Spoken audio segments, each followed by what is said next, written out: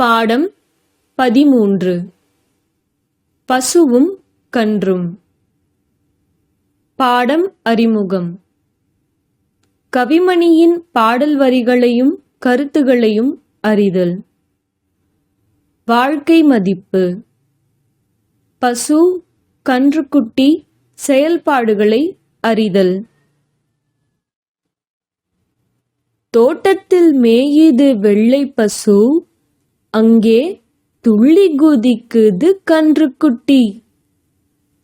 அம்மா என்குது வெள்ளை பசு, உடன் அண்டையில் ஓடுது கன்றுக்குட்டி.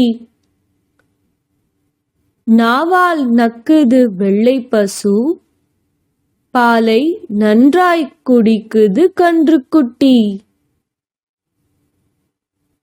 கவிமணி தேசிக விநாயகம்.